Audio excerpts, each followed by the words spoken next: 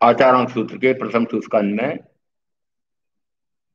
4.3 के 143वें सूत्र पर बात थी। नेत्रादि पर संयम का अभ्यासी भी कर्मोदय वश होकर के परास्त हो जाता है और वह संयोगों से विप्रमुक्त नहीं हो पाता है।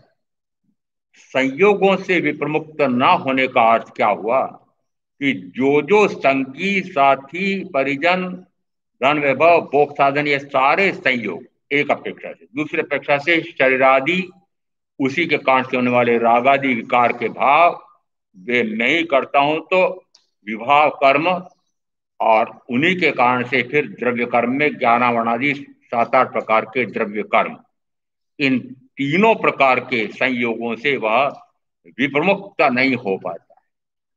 और ऐसा अज्ञान जन्य मोह से वह बाल उन्हीं में मग्न रहने से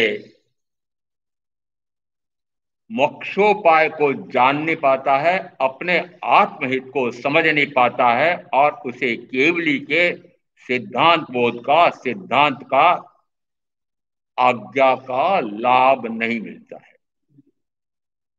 ऐसे पूर्व की 3 सूत्रों की पीठिका के साथ अब इस 4-4 में 144वां सूत्र आ रहा है। प्रथमतः 2 पंक्तियां बहुत संक्षेप में आई है। भोगाकांक्षी व्यक्ति वध, बंध, परिताप और दारुण दुख पाता है। भोगाकांक्षा शांत व्यक्ति प्रज्ञावान हो जाता है, प्रबुद्ध हो जाता है और विरत हो जाता है। 2 प्रकार के लोग आए हुए हैं। आपको कौन सी श्रेणी में रहना है? भोगाकांक्षी कहूं कि भोगाकांक्षा शांत कहूं?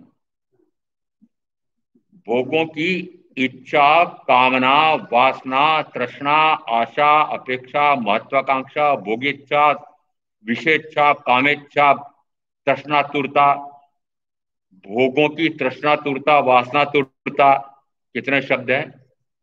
क्या उनसे मुक्त हुए हो? यदि उनसे मुक्त हुए हैं तो कहा जाएगा भोगाकांक्षा शांत व्यक्ति है। अन्यथा वह उन भोगों की निरंतर आकांक्षा में और भोगों की निरंतर आकांक्षा में वह रत है। इसका अर्थ है न तो उसे ज्ञान हुआ है और न उसे सम्यक का प्रकाश हुआ है। घोर अज्ञान और घोर मिथ्यात्व पड़ा हुआ है। जो इस प्रकार से अज्ञान और मिथ्यात्व में है वही भोगाकांक्षी कहलाता है।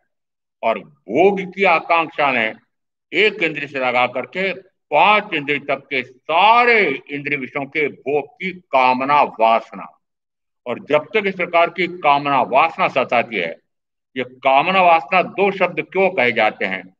काम और भोग वासना। काम ऐसा कहा जाता है कि प्रथम 3 कर्णेंद्री, चक्षुंद्री, घ्राणेंद्री, इन 3 के माध्यम से ये 3 कामना करती हैं, और रसनेन्द्री और स्पर्शेंद्री, जननेन्द्री, यह भोग भोगती है। तो दोनों मिलकर के बनता है शब्द काम भोग। क्या ये इंद्रियां कामना करती है? क्या इंद्रियां भोग भोगती हैं? वस्तुतः इंद्रियां अपने आप में क्या हैं? अपने आप में तो वह पुद्गल है। शरीर यदि औदारिक वर्गणा का बना हुआ है वर्तमान मनुष्य अपेक्षा से, तो इंद्रियां भी औदारिक वर्गणा की हैं। और निश्चित मानना कि औदारिक वर्गणा की है तो ये पुद्गल हुई। पुद्गल में तो इस प्रकार से भाव करने का सामर्थ्य नहीं है, परंतु मैं शुद्ध चैतन्य स्वरूप आत्मा जब इस पौद्गलिक इंद्रियों का साधन, इनका आलंबन लेता हूं। आलंबन किसका लिया? पुद्गल इंद्रियों का। यदि पुद्गल इंद्रियों का आलंबन लेंगे तो कर्म कौन से बनेंगे? पौद्गलिक कर्म। और पौद्गल इंद्रियों का आलंबन लेंगे तो भाव कौन सा होगा? मन या वचन या काया, या उनमें से 1 या 2 या 3, जितने गिनने हो। अभी तो तीनों एक साथ, तीनों टूट पड़े आपको। मन भी, वचन भी, काया भी। इन तीनों के माध्यम से जो जो आप बाहर में प्रवृत्ति करते हैं, कार्य करते हैं, क्रिया करते हैं। 3 शब्द हैं, मुख्य है क्रिया। कि यदि क्रिया करना है तो क्रिया तो मात्र मन या वचन या काया या तीनों के माध्यम से ही हो सकती है।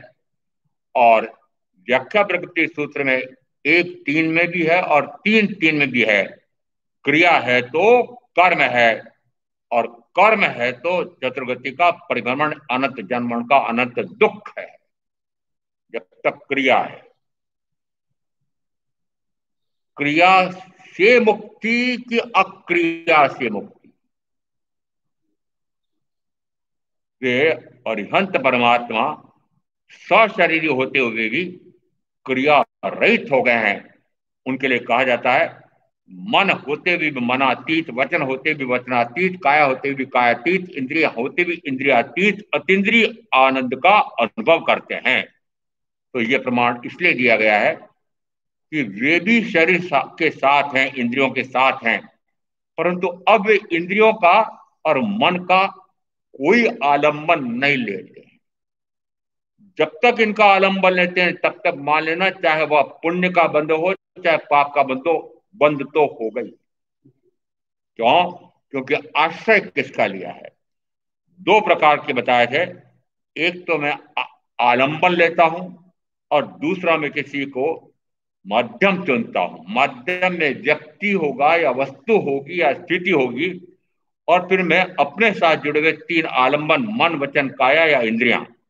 अभी क्योंकि इंद्रियों की बात आई है तो यहां मन वचन और इंद्रियां, इनके माध्यम से मैं प्रवृत्ति करता हूं। प्रवृत्ति बाह्य में होती है, और जब तक प्रवृत्ति होती रहेगी तब तक आत्मवृत्ति होगी। मुक्ति किससे? महाव्रतों रूप, पांच महाव्रतों के निरतिचार पालन रूप प्रवृत्ति, पांच समितियों के सावधानी पूर्वक पालन रूप प्रवृत्ति, मन वचन काया को अप्रशस्त प्रवृत्तियों में न जाने देने वाली प्रवृत्ति। चाहे वह प्रवृत्ति मेरी निवृत्ति मूलक है तब भी प्रवृत्ति है, और प्रवृत्ति है तो कर्म है। क्यों? क्योंकि इन पांच महाव्रतों के पालन में, पांच समितियों के सावधानी पूर्वक पालन में मन वचन काया, इन तीनों का योग जुड़ रहा है। और जब तक योग जुड़ रहा है तब तक आ जाता है उपयोग शुद्ध नहीं है, या तो शुभ में जा रहा है या अशुभ में जा रहा है। तो यह यदि पांच महाव्रतों का निरतिचार पालन करना, पांच समितियों का सावधानी पूर्वक पालन करना, मन वचन काया को अप्रशस्त में न जाने देना, प्रशस्त में स्थिर करना, यह शुभ से शुभतम प्रवृत्ति, और प्रवृत्ति है तो कर्म है। यद्यपि वह कर्म कौन सा होगा कि शुभ से शुभतम में प्रवृत्ति हो रही है तो पुण्य का बंध, और पुण्य का बंध भी ऐसा कि जो देव गति के वैमानिक देव बन करके इतने सुख प्राप्त करने का अवसर मिलेगा। क्या करेगा? यदि सम्यक के साथ वह ऐसे वैमानिक में जाए तो कहा जाता है वह भोग भोगने में रस लेने नहीं देगा। ज्ञान और सम्यक्त्व, और यदि सम्यक्त्व भी नहीं है, ज्ञान भी नहीं है, और फिर भी वह बाह्य में एक दो व्याख्या प्रगति में आया है, असंयत भव्य द्रव्य देव किसे कहते हैं? उसमें आया कि वह असंयत है। बाह्य में यदि संयत तो कहलाता है, परंतु भावतः वह अभी असंयत है। यदि वह असंयत देव गति का बंद करे तो कहां तक के नौ में ग्रह तक जा सकता है, और वह अभव्य भी हो सकता है, मिथ्यात्व भी हो सकता है। यहां तक कहा कि वह कहा नहीं हमारे यहाँ कथानक का अभव्य आचार्य, पांच महाव्रतों का पालन करने वाला, पांच समितियों का पालन करने वाला। इसका अर्थ क्या हुआ? शुभ से शुभतम प्रवृत्ति में आ गए तब भी पुण्य का बंध है, और यदि सम्यक ज्ञान सम्यक दर्शन नहीं है तो कहा जाता है वह चारित्र बहार में कितना ही इंद्रवती गौतम जैसा चारित्र पाल ले तब भी वह चतुर्गति में निरंतर भटकता फिरेगा। प्रथमतः वह देवगति के सुख प्राप्त करेगा, और सुख भोग करके फिर अनंत कर्म का बंद करके फिर चतुर्गति में भटकता रहेगा। इसका अर्थ है कि जब तक मन वचन काया की प्रवृत्ति है, चाहे शुभ शुभ शुभतर शुभतम, चाहे अशुभ अशुभतर अशुभतम, यहां जिस प्रकार की तरतमता है पाप में, जिस प्रकार की तरतमता है पुण्य में, यदि तरतमता पाप में है तो प्रथमतः तिरंज गति, फिर तरतमता गाढ़ होती जा रही है, गाढ़ से गाढ़ गाढ़तम हो रही है, तो मानना पहली नारकी से सातवीं नारकी। यदि पुण्य, अब उसमें पुण्य में गाढ़, अब गाढ़ यानी पुण्य गाढ़ कैसे कि पुण्य बहुत अधिक है, पुण्य बहुत अधिक है तो देवालय में वो ऊंचे से ऊंचे विमान में 9वें 21वें देवलोक तक जा सकता है मिथ्यात्व के साथ भी अभी भी। इसका अर्थ हुआ कि मूल में तो ज्ञान का प्रकाश चाहिए, ज्ञान के साथ सम्यक का प्रकाश चाहिए, और ज्ञान के प्रकाश के बाद सम्यक का प्रकाश हो जाए तो कहा वह तो आचारांक सूत्र के प्रथम स्कंद में 5:3 में कल एक सूत्र दिया था, उसमें आया था मुनि मोणम समादाय धुणे शरीर कम, और यह सूत्र 161वां सूत्र है। उससे पहले बड़ा विशेष सूत्र आया हुआ है, इसी 161 में आगे आया है मुनि मोणम समादाय धुणे शरीर कम। जो तुम सम्यक्त को देखते हो वह मुनित्व को देखते हो, और जो तुम मुनित्व को देखते हो वह सम्यक्त को देखते हो। इसका अर्थ है कि सम्यक्त हुई है, निश्चित मानना, इस पर पहले पूर्व में चर्चा हो चुकी 3-4 प्रवचनों में। सम्यक्त्व ज्ञान पूर्वक ही होती है, ज्ञानावरणी कर्म का क्षयक्षम होता है, ज्ञान का प्रकाश होता है कुछ, दर्शनावरणी कर्म का क्षयक्षम होता है, दर्शन गुण का प्रकाश होता है, आत्मज्ञान आत्मदर्शन, जिस समय इन दो का क्षयक्षम होता है तो निश्चित मानना कि मोहनी कर्म में से दर्शन मोहनी कर्म का भी क्षयक्षम होगा, और उस समय मिथ्या मान्यता टूटेगी। मिथ्या मान्यता कौन सी, तो अभी संदर्भ चल रहा है 5 इंद्रियों में एक या एक से लगाकर 5 इंद्रियों में भोगों में, इनके भोगों में रस है। हाँ या हाँ तो बोलना ही पड़ेगा, रस है इसलिए नहीं बैठे हुए हो। किसमें रस है? उत्तरायण के 2 अध्यायों में प्रारंभ आया संयोगा विप्रमुक्तस्सा, 2 गाथाओं में प्रथम चौथा भाग कि संयोगों से विप्रमुक्त संयमी, संयोगों से विप्रमुक्त, मुक्त को और जोर देने के लिए कहा गया विप्रमुक्त विशेषण लगाया है उपसर्ग। विप्रमुक्त ने पूर्णतः संयोगों से परे, पूर्णतः का अर्थ क्या हुआ? पूरे जीवन पर्यंत के लिए 3 करण 3 योग से वह सर्व प्रकार के संयोगों से, और सर्व प्रकार के संयोग में से मूलतः 3 गिने जा रहे हैं। शरीर आदि, उन्हीं के कारण से होने वाले रागादि भाव, तो रागादि भाव मैं करता हूं से रागादि भाव कर्म, तीसरा का उन्हीं के कारण से ज्ञानावरणादि द्रव्य कर्म। तो इन तीनों संयोगों से पूर्णतः विप्रमुक्त होता है। वह कब होता है कि 5 इंद्रियों के भोगों में रस और रुचि समाप्त हो जाती है। और उत्तरायण सूत्र के 29वें अध्ययन में संवेग के बाद निर्वेग, ये है संलेखना संथारा समाधि साधना पर प्रश्नावली निकली। यदि निर्वेद का क्या फल प्राप्त होता है, 4 विकल्प दिए, कुछ का कुछ भर दिया।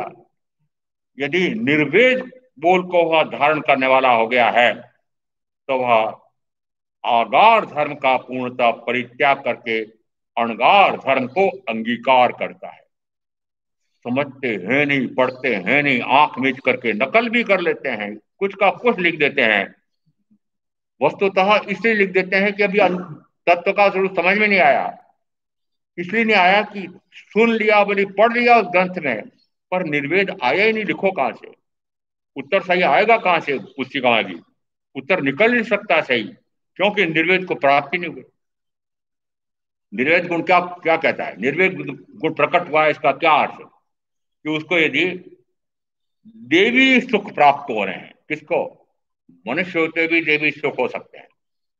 क्यों? क्योंकि देवता को जैसी इच्छा करते ही पूर्ति हो जाती है, वैसे मनुष्यों में भी ऐसे मनुष्य हो सकते हैं।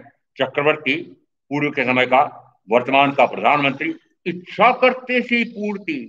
अरे इच्छा करते थी, मैंने तो पूर्व में सुना था आजादी के आंदोलन के समय का, कि जवाहरलाल नेहरू जिस समय आनंद भवन से बाहर निकलते थे, उस समय 4 दरवाजे हुआ करते थे।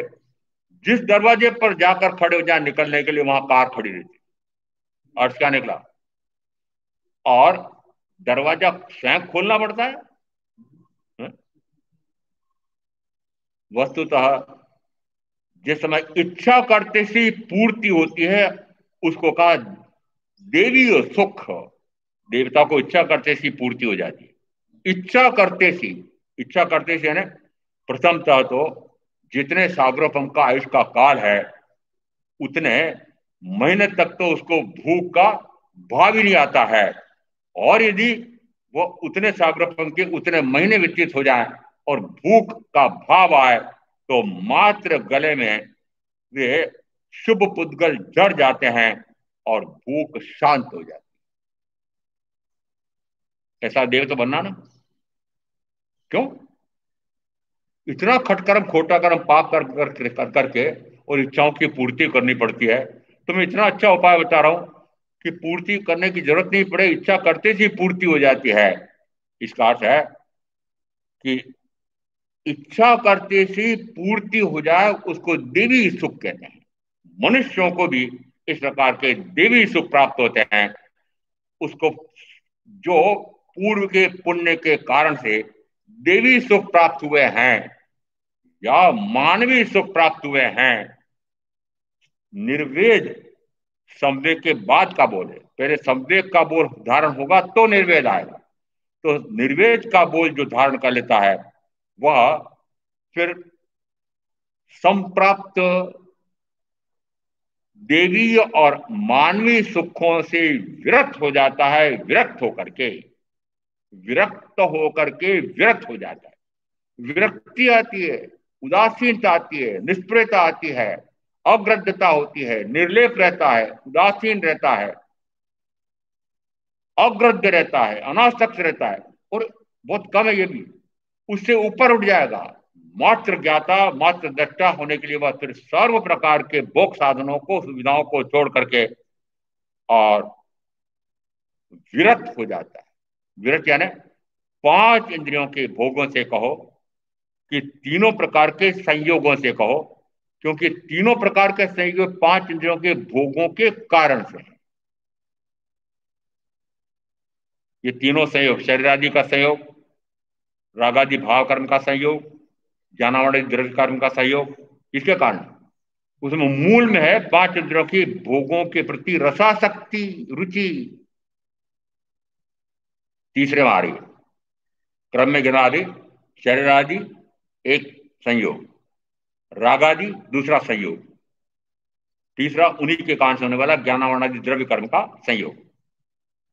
ये तीनों संयोग मेरे साथ अनादि से हैं।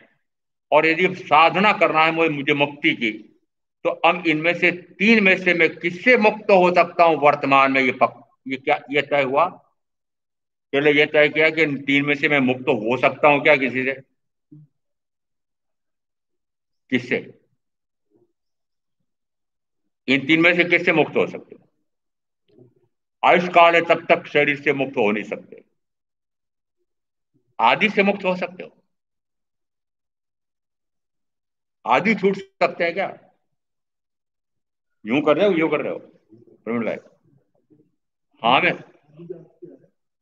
आदि में कौन आ रहे हैं? आदि में शरीर के साथ जुड़े हुए जितने परिजन, परिचित, धन, वैभव, भोग साधन, ये आदि। इसका अर्थ है कि शरीर आदि में से मैं आदि का, यदि मुझे अंत में आत्मसात हो गया, पक्का हो गया है, ये मैं नहीं हूं, ये मेरे नहीं है, ये मैं नहीं हूं, ये मेरे नहीं है।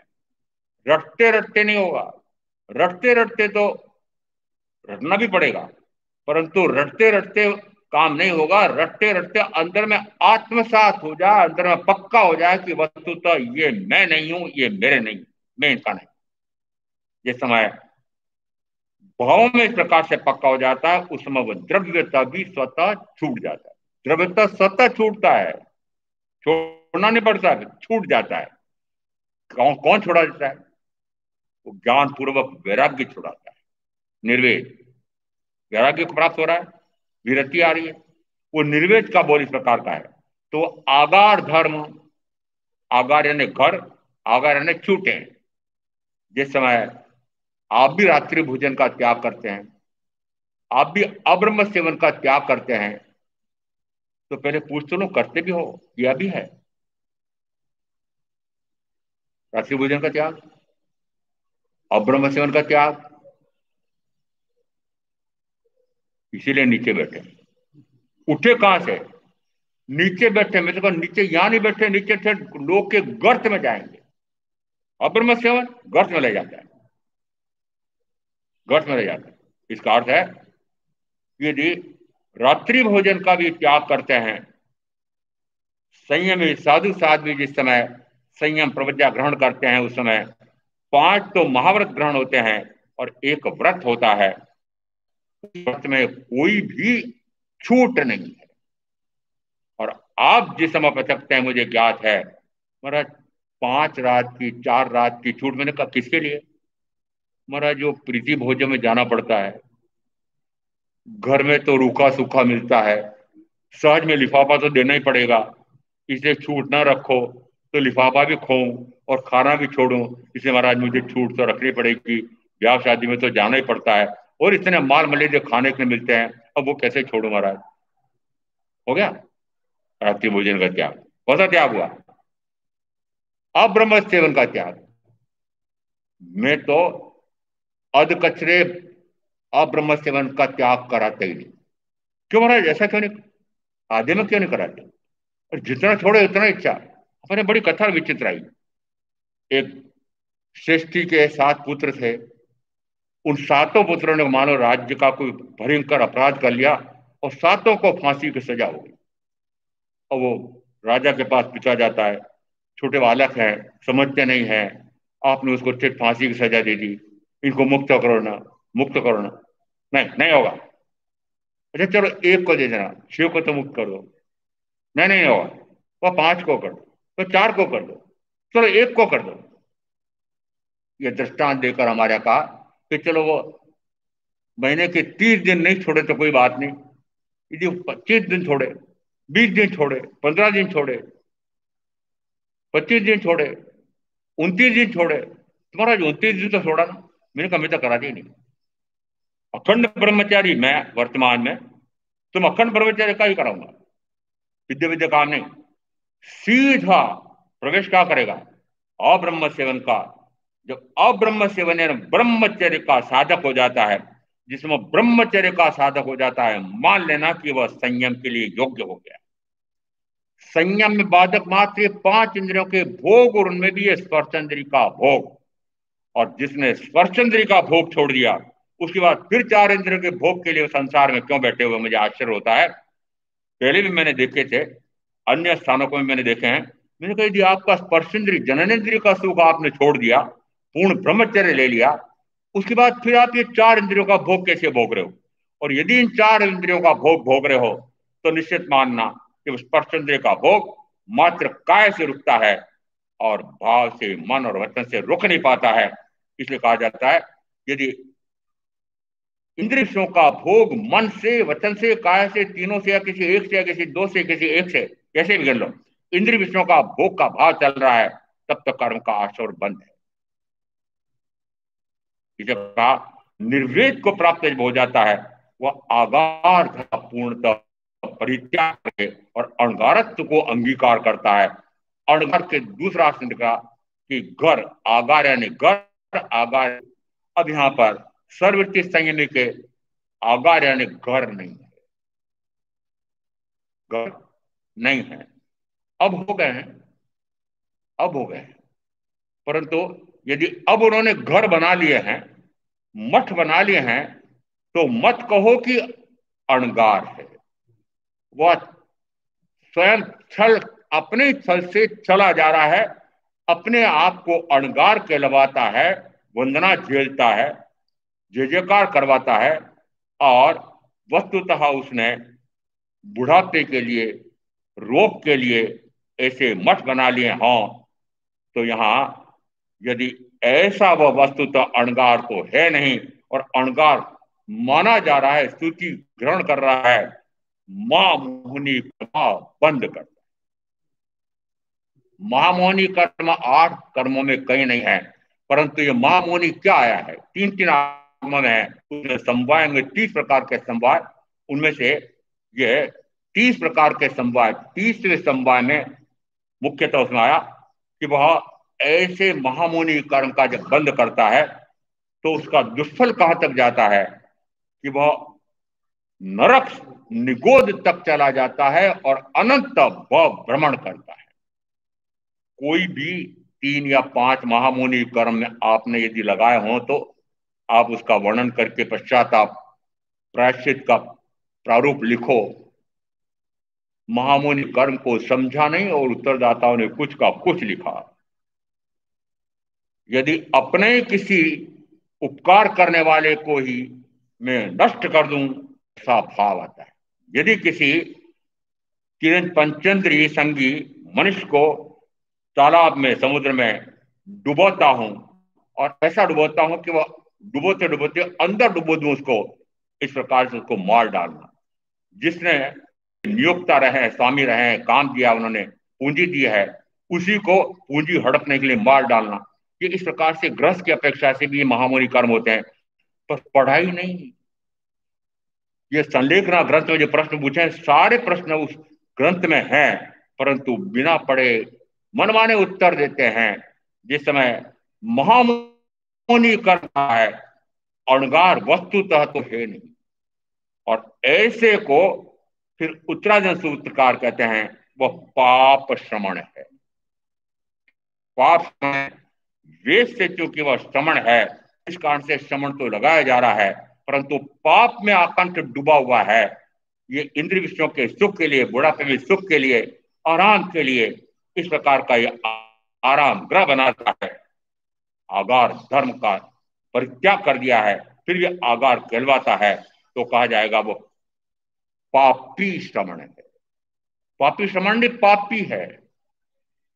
अर्थ क्या निकल रहा है कि प्रवीण भाई, ये सारे श्रोता मुझे समझेंगे, महाराज आपने बहुत अच्छा किया, मुझे चेता दिया, मुझे ऐसा तो बनना ही नहीं। मैंने कहा मैंने यदि आपको ये रूप बताया है तो आप उस प्रकार के क्यों जाना चाहते हो, आप उससे उससे उत्कृष्ट उत्कृष्ट में क्यों नहीं बनाता नमूना आप बढ़िया से बढ़िया।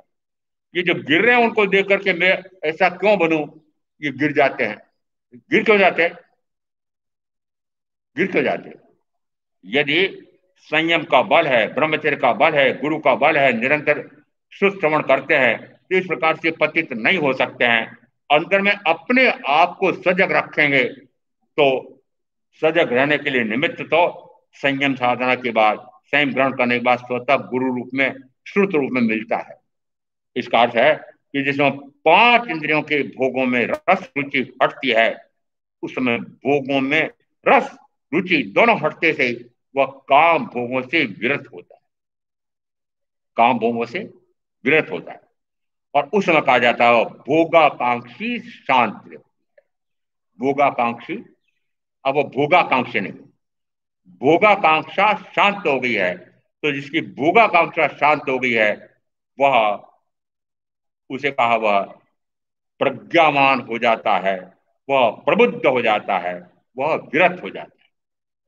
तीनों बातें आ गई है। अंदर में इस प्रकार की प्रज्ञा शक्ति जब जागृत होती है, प्रज्ञा शक्ति जब आत्मा की इस प्रकार की विशिष्ट प्रज्ञा शक्ति कहा है, उस प्रज्ञा से प्रथमता वह अपने को तीनों प्रकार के संयोगों से पृथक करता है। शरीर आदि, रागादि भाव कर्म, ज्ञानावर्णादि द्रव्य कर्म। तो प्रथमतः वह रागादि भाव कर्म, ज्ञानावर्णादि द्रव्य कर्म, तो प्रथमतः वह और प्रज्ञा रूपी छेनी से ही इन तीनों संयोगों से अपने आप को पूर्णतः भिन्न कर देता है।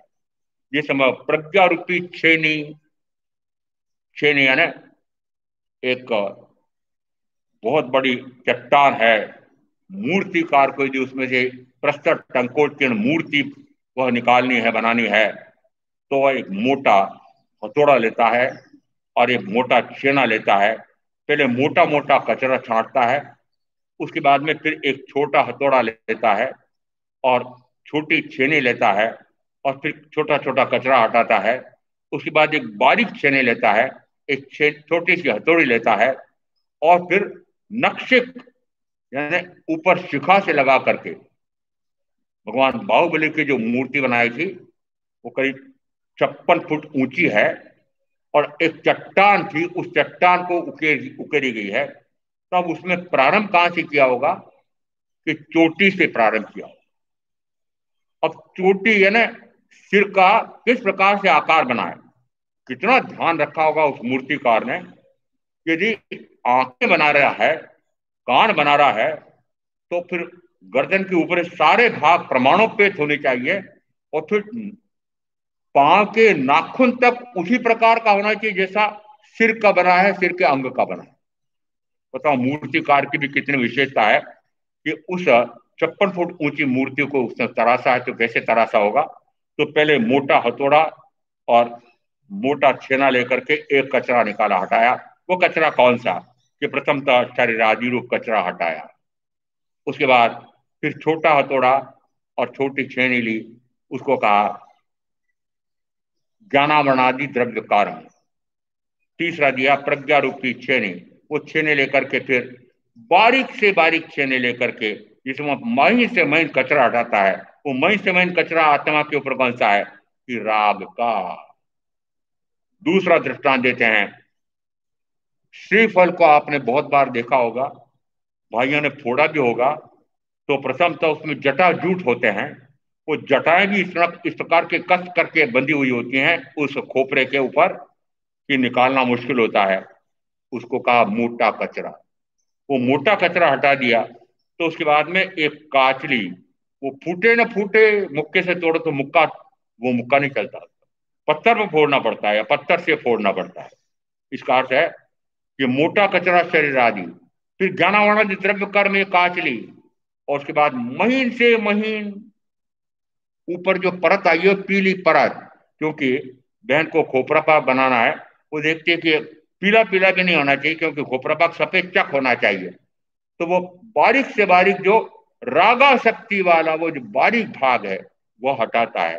3 प्रकार के सहयोग दिए थे। मैंने कहा पहले कौन सा हटाया जा सकता है? तो कहा पहले शरीर आदि, आदि को हटाया जा सकता है। आदि को हटाएंगे तो उसके बाद में फिर ये बड़ा कचरा जो बहुत मुश्किल से टूटता है वह ज्ञानावरणादि। वो ज्ञानावरणादि कैसे टूटेगा? कि रागादि से जैसे जैसे परे होते जाएंगे वैसे वैसे ज्ञानावरणादि से भी परे होते जाए। कल कहा था 2 प्रकार के कर्म उदय में आते हैं, एक आघाती में से आता है, एक घाती में से आता है, और दोनों निमित्त मिल करके मुझे रागादि में ले जाते हैं।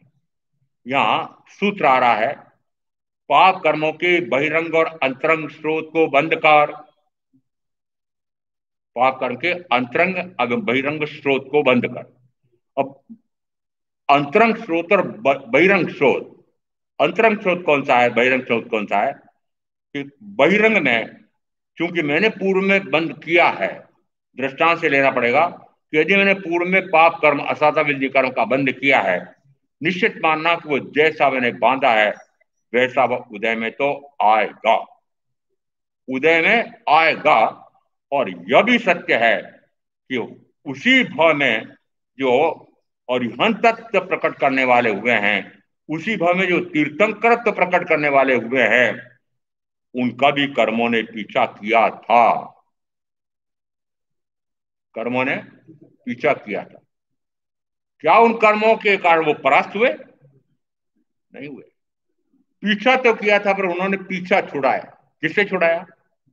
कैसे छुड़ाया? कैसे छुड़ाया? कर्मों से पीछा छुड़ाना कैसे होता है? कि कर्म जो आकर के मुझे विकार में ले जाना चाहते हैं, उस कर्म के माध्यम से आने वाले निमित्त के अनुसार मैं विकार का भाव, विभाव भाव, रागादि भाव, शुभाशुभ भाव, कषाय भाव, इंद्रिय में बढ़ती हरती भाव, ये जितने जितने विकार के भाव, विभाव भाव, शुभाशुभ भाव है, यदि मैं न करूं तो इसका अर्थ है कि रागादि ना करूं तो ज्ञानावरणादि निर्जरित हो रहे। ये तीनों से कैसे मुक्त हुआ जाता है? इसका अर्थ है कि इन तीनों प्रकार के पहले दृष्टांत दिए उसमें भी देख लेना, और यहां लागू करना इसको आत्मा पर कि इन तीनों प्रकार से मुझे परे होना है। तो तीनों प्रकार से परे होने के लिए प्रथमतः शरीर से तो मैं आयुष कर्म का बंद पड़ा है तब तक मैं द्रव्य से इस शरीर से पृथक नहीं हो सकता, परंतु भाव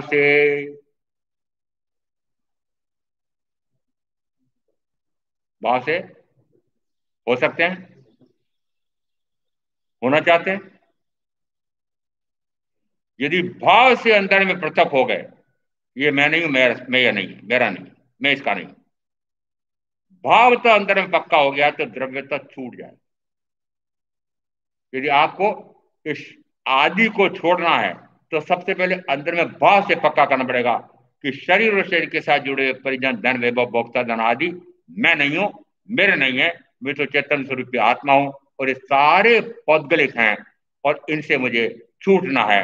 तो प्रथमतः भाव से तय करना पड़ेगा कि भाव से छूट जाऊं। तो भाव अंदर में पक्का होगा, तो भाव से पक्का होते से ही भाव आश्रव रुका, तो भाव बंध रुका और उसके कारण से फिर वह द्रव्यतः भी रुक जाएगा।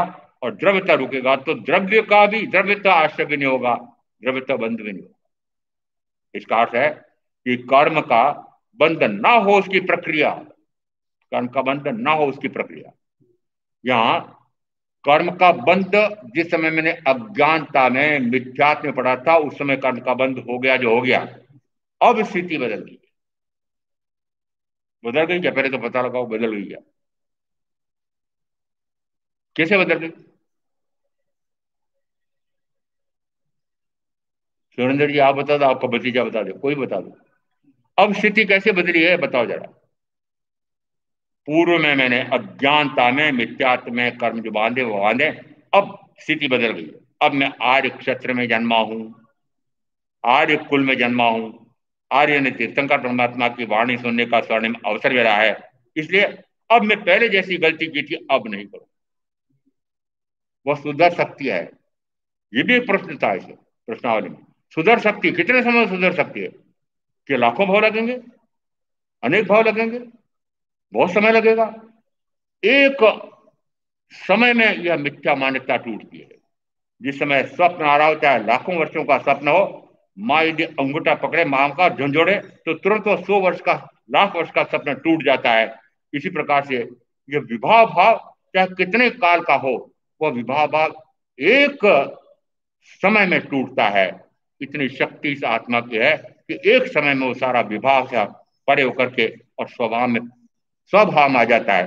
जिस समय विवाह से हट करके स्वभाव में आ जाता है, वहां से मोक्ष के मार्ग पर आरूढ़ होकर के मोक्ष का उपाय प्रारंभ हो गया है, ऐसा तत्व का असुर समझ करके मैं आप जो साधना करेंगे उनका अवश्य कल्याण होगा। ओम शांति। गुरुदेव क्या गया? चत्तारि मंगलाम अरिहंता मंगलाम सिद्धा मंगलाम साहू मंगलाम देवली प्रणत धम मंगलाम। चत्तारि लघुत्तमा अरिहंता लघुत्तमा सिद्धा लघुत्तमा साहू लघुत्तमा केवली प्रणत धम लघुत्तमा। चत्तारि सणपवज्जामि अरिहन्ते सणपवज्जामि सिद्धे सणपवज्जामि साहू सणपवज्जामि केवली प्रणतम धम्मम शरणम पवज्जामि। चार मंगलिक, चार उत्तम, चार शरणा और शरणा नहीं कोई जो भव्य प्राणी याद है तो अक्षय अमर पद।